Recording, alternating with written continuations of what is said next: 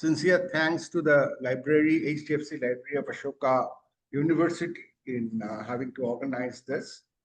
As I start on open research practices, the transparency of knowledge, as I say, I must admit that what I had planned to conclude, Professor Rupinder Singh has very nicely have put that forward. And with that, we will go forward. That's open research or anything is all about open mind.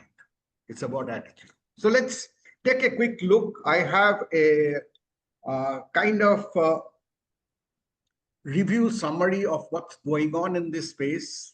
And I would like to spend some time towards the end talking about some very deep challenges that is faced today.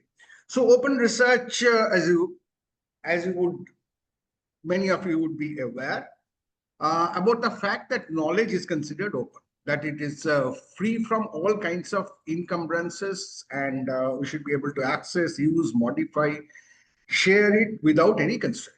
Of course, we need to take care of provenance and openness in that process. So if we start with that definition, then over time, we face the question that the way we do research, the way we disseminate knowledge, is it the right way?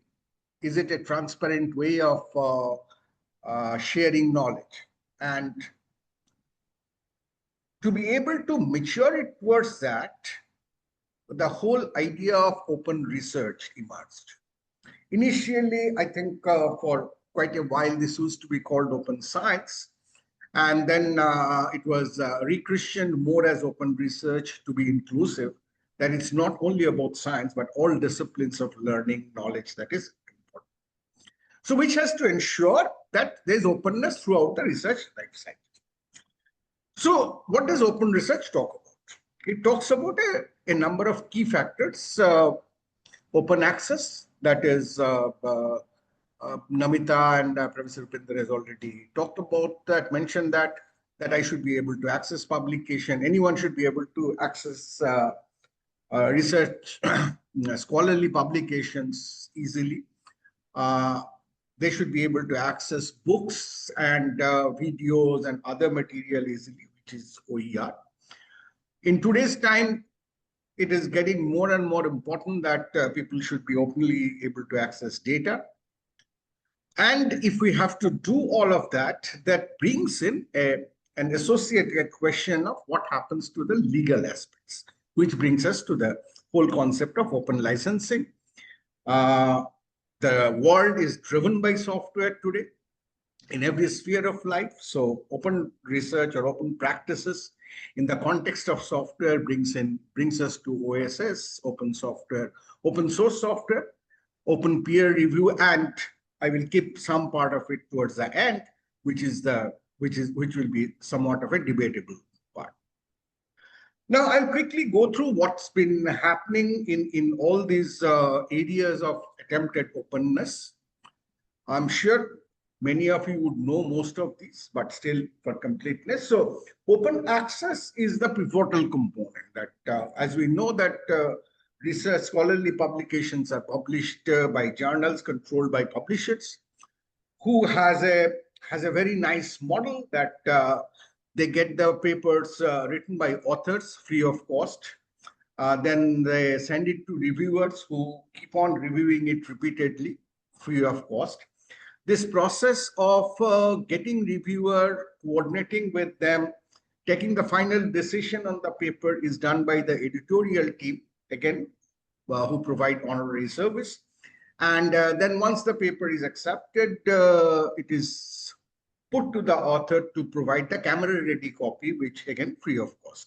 And only after that, when it is published, and often these days it is published online, which means that it doesn't incur the physical paper cost, binding cost, shelving cost, transportation cost, and so on. The publishers charge a huge premium on actually accessing that. So that's a kind of a very, very disturbing model, which all of us know has been going around for a long time. So there has been an attempt to move away from that in terms of open access, but That is a questionable, outcome so far has been questionable in a way, in the sense that what we have and being sought after very much is gold open access, where what you say is you publish in open access journal, which means that the liability of the cost moves from the reader to the author. You pay in terms of APC, which means now that the publishers are even better off. They don't even have to, wait for actually having to sell their, rights of reading to the customers, because the authors are, after having done all the work, are also paying for their, right? So, but it is a very, very strong model which is going around, and obviously publishers at the center to drive that. There are variants of gold open access model, the diamond open access, where basically you make a kind of a institutional deal where every author individually may not pay for APCs, but it's financed through other means. The other access, which is, in my view, more of an open access, is the green open access, where authors are publishing on open institutional repositories, which could be institutional repositories of the individuals or of the collectivity like archive, so that neither the author nor anyone else, nor the reader, needs to incur a cost.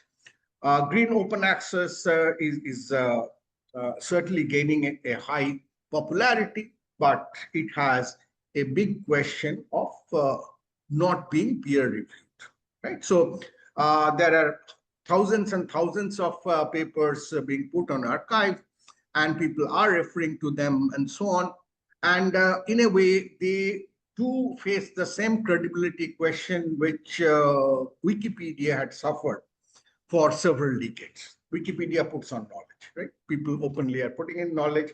Though if you actually look into the internal structure of Wikipedia Foundation, which drives and controls Wikipedia, there's a very strong editorial team, for which we don't pay for, someone else pays for, who actually monitors what goes in.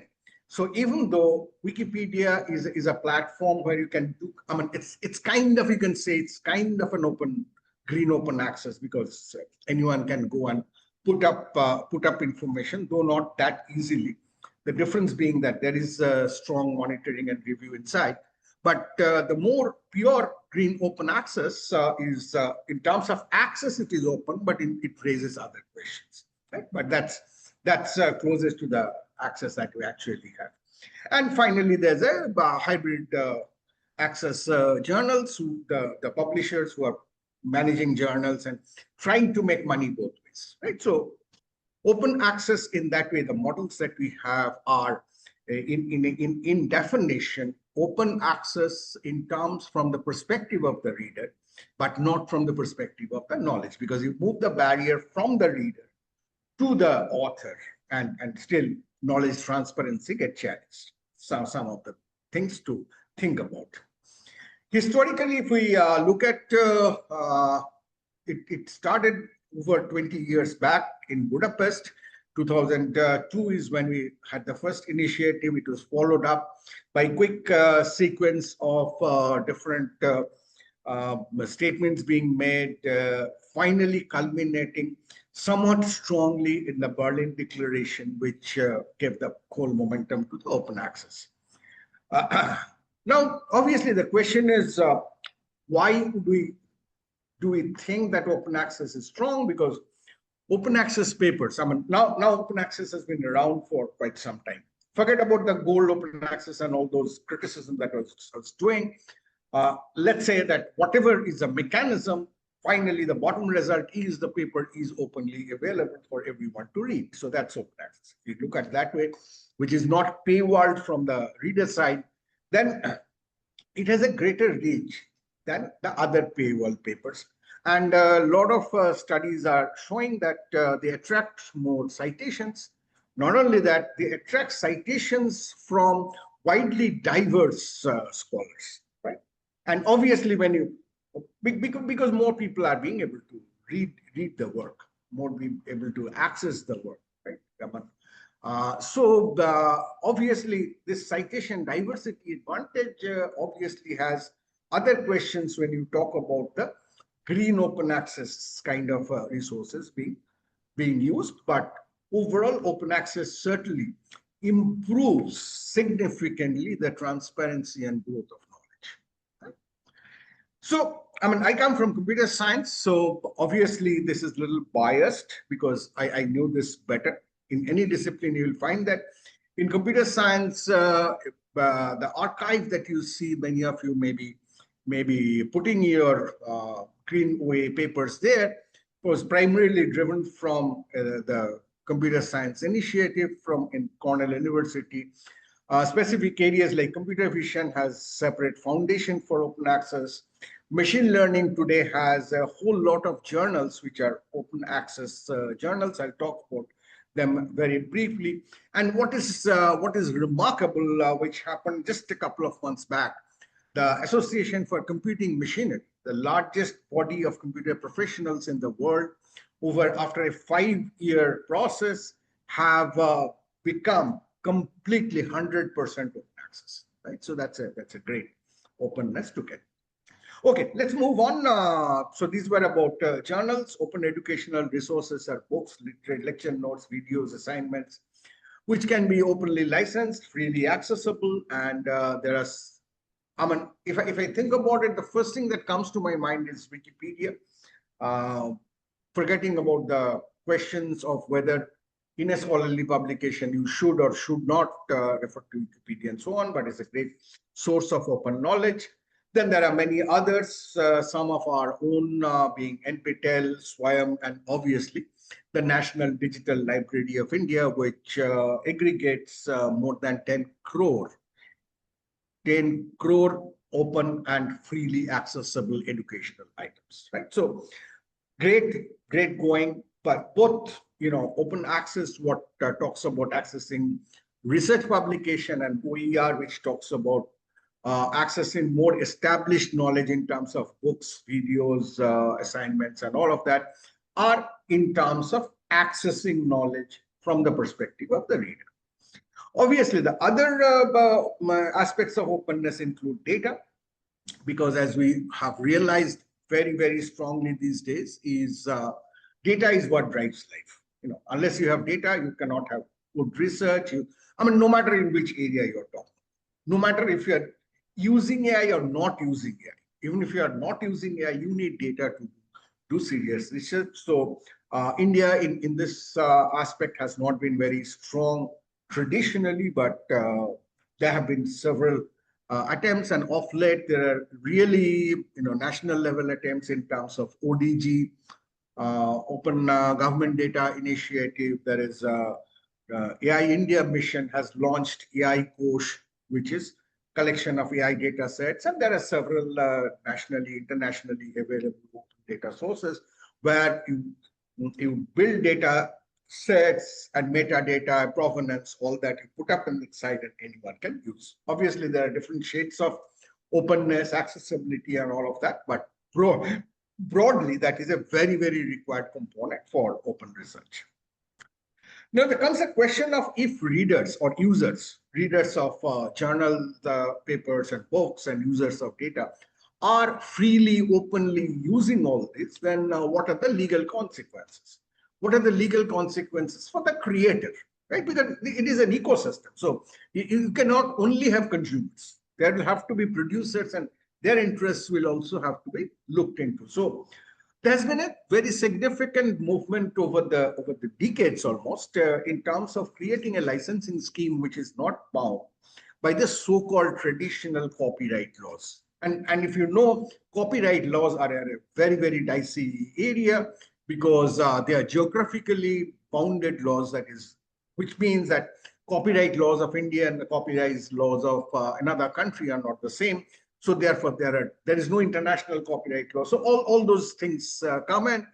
Now, from that, what evolved is can we have a commons license which everybody will be able to use, which is primarily meant for any kind of creative endeavor. I mean, it's not necessarily only just doing documents, text. It belongs to multimedia, videos, music, everything. So it's a set of free standardized licenses. All of you have known about it. Maybe I'm just trying to contextualize it in terms of open research, that how does it feed into the ecosystem, looking after the interest of the producers or the creators of knowledge. So obviously the purpose is to clearly define permissions that the consumer has, the reader or the user has. Can she reuse? Can she modify? Can she distribute? Can she commercialize? All of these questions are answered through these licenses. It is global, used in academia, open data, education, everywhere, and provides a legal clarity, which is very important. These are some of the Creative Commons licenses that are you may be familiar with, which deals with the basic thing is it is a license, so which the author is or the creator is giving you. So the attribution is very important. That is, you recognize the creator, right? Not any bit of money is involved in that. But then the question is, how do you share it? Can you make derivatives? Can you make commercials that keep all these different shades? And this whole generation of Creative Commons licenses are now called the version 3.0 licenses.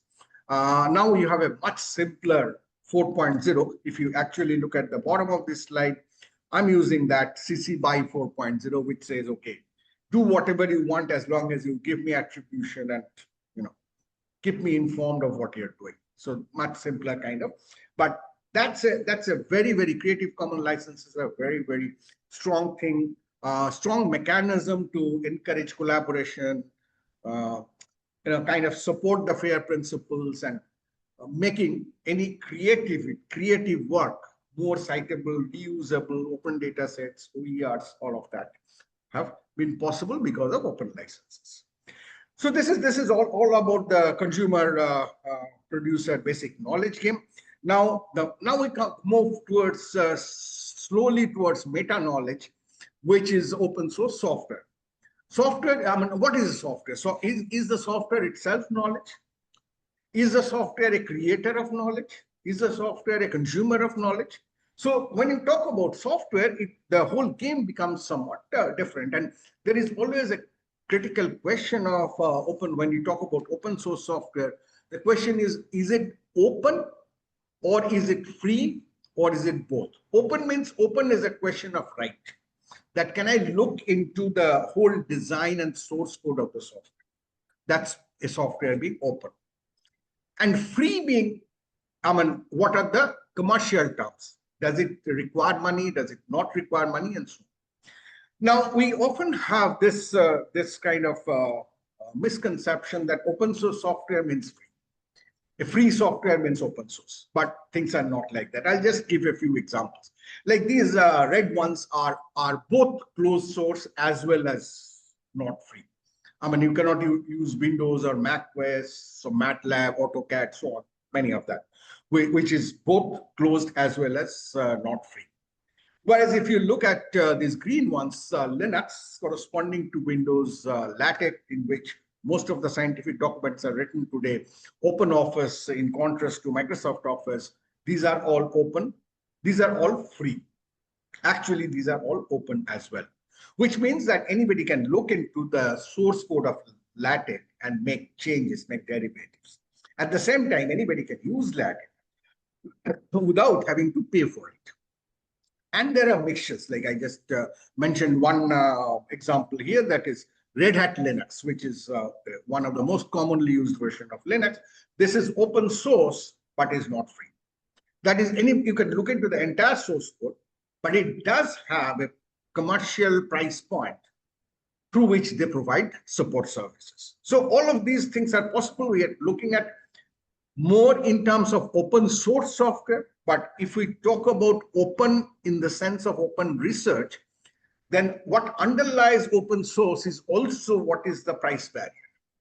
Because if I have something which is open source, but has a very, very high price, then it does provide a barrier, a hindrance to the open research process. But mostly all these four possibilities. For example, we are using Google search all the time, which means it is open. It is free, but Google search is not open. That is, you cannot look into the Google score. How Google does the search, you have no idea, right? So those kind of. So overall, this open source software. So I mean, when you get references of open source software, be careful to understand the exact nuance. Is it talking about the rights part of the problem, or is it talking about the commercial part of the problem? Is talking about both. So how open source software is transforming biomedicine is a mixture. I mean, it's not that they're only talking about the rights part. They're also meaning that these are software which are free to use. So that you can.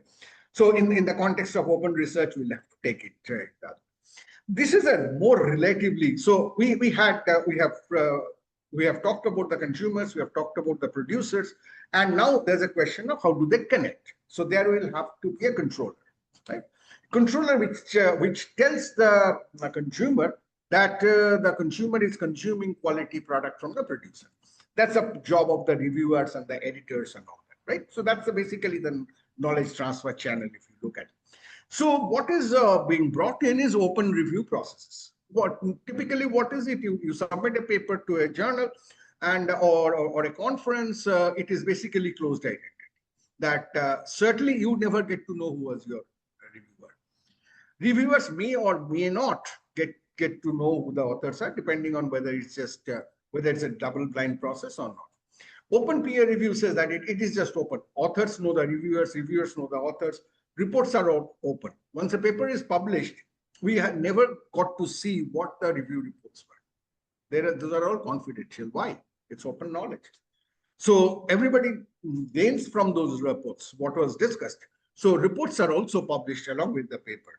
It is open participation that obviously some people are taking up the responsibility of being reviewers, but anyone else can come and contribute to the review process. So a little few slides back, I talked about having a set of open journals in machine learning, in the computer science. So journals like Transactions of Machine Learning Review are following this kind of a peer review process. There is no publisher involved. There's no money involved. Everybody is working for academic purpose only, but all identities disclosed, all reports open, or everything is open participation. My personal experience of having taken part in that is it is a very, very nice process, but because it is open, it typically takes a lot more number of reviews to get your paper accepted, because even when you satisfy some people, then some others are coming in, but overall it improves the quality. But acceptability, see, the acceptability of a publication to the consumer is often not dependent on the quality of the publication, but the quality of the platform on which it is published. You say, oh, this is a Nature publication. So what you add the credibility to the review process, and open peer review will need decades, in my view, to get to that credibility point. And that's the core point on which the publishers are kind of suffocating the whole overall open research perspective. Okay, let's, with all this, I have to conclude quickly. I'm sure I'm running out of time. So open research and open science has been helping. There are many papers which talk about that. It is a research accelerator. It was commented that during COVID-19, open science really saved life. Actually, during that time, many publishers opened up their publications for COVID research. UNESCO has a very strong recommendation on open science. You can see on this diagram on the right, which I have taken from UNESCO's report, in terms of open scientific knowledge, open science instruments, open engagements, and open dialogue. It says, what are the different perspectives of open science, which actually means open research. So it's what delving into at a level of principles as to how knowledge itself can be inclusive, equitable, and sustainable, as I say. There have been several initiatives all across. It's not possible to talk about them, but shed here and shed there, all of them try to do the same thing. The Center for Open Science, Open Research in Europe, and so on, right? So you can see a huge, momentum in open research, huge benefit of that. So let me end with just a kind of on a different tone from this positivity. Let's talk about open AI, right? All of us know it. If you do not know, get to know that the chat GPT that you use before brushing your teeth in the morning, it comes from a company called OpenAI. Now, that company's name, in the company's name, there's no gap between open and AI, right? So that's the name of the company. So I have coined a term open-AI to mean an AI which is open, right? So if we are surviving on tools like ChatGPT, Gemini, Claude, Grok, DeepSeek, and so on, for doing everything, and obviously doing major part of our research, is it open? If that is not open, so much is actually lost. So if you look into my sincere admission, I got these charts made by those systems themselves. So this chart was made by OpenAI itself on how OpenAI has become closed. So you can see it has had a 10 years journey, and if you look at the openness level, you see that it started with a high openness approach. And you must have seen news reports of Elon Musk often blasting Sam Altman on this issue of closing it. And slowly it gets into the medium openness, and now it is deeper and deeper into low openness. So which means that you know nothing about what they're doing. You need to pay for accessing them and all sorts of things. So I just wanted to see what the researchers can do. What are the alternates that you have? So this is a leaderboard of AI models for OpenAI, that how open they are. So there are about more than 10 different models that are currently in use, and you can see the openness that they have, right? And just to be fair, I got this evaluation done by 3 different OpenAI models: OpenAI, Gemini, and DeepSeek. And you can see that there are certain agreements like Chinchilla and Claude are very low in openness. They're absolutely closed models. On the right, you'll see the detailed explanation. So when you read the PPT later on, you'll be able to refer to this. Whereas things like DeepSeek and Mistral are extremely open. And most people are using GPT, Gemini, and all that are in the mixed level. And it's very interesting to see that Gemini rates OpenAI as very lowly open, and GPT, OpenAI rates Gemini as very lowly open, right? So comparative perspectives differ. And it's very, very important that unless we can have this open source generative AI models really available, your research, open research, is going to remain a distant dream. So what finally matters, as I started saying, and as Professor Pindus started saying, that it's open mind that we need. And possibly we are on a long winding road with multiple challenges of financial and infrastructural barriers. AI models are not accessible.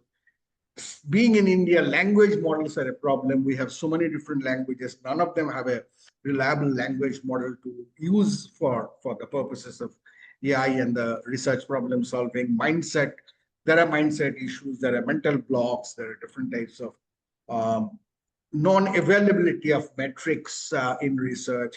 There are credibility questions and so on, legal questions. So there are a whole lot of challenges which all of us will need to push through and bring the open mind, the right transparency of knowledge. And I end with this quote from Kavi Guru Rabindranath Thakur's poem, where it says that where mind is without fear and the head is held high, where knowledge is free, where the world has not been broken up into fragments by narrow domestic walls, where words come out from the depth of truth, where tireless striving stretches its arms towards perfection, where the clear stream of reason has not lost its way into the dreary desert sand of dead habit, where the mind is led forward by thee into ever-widening thought and action. Into that heaven of freedom, my Father, let my country awake. It's an open mind at the end of the day, as Kavi Guru said, is what is open research all about.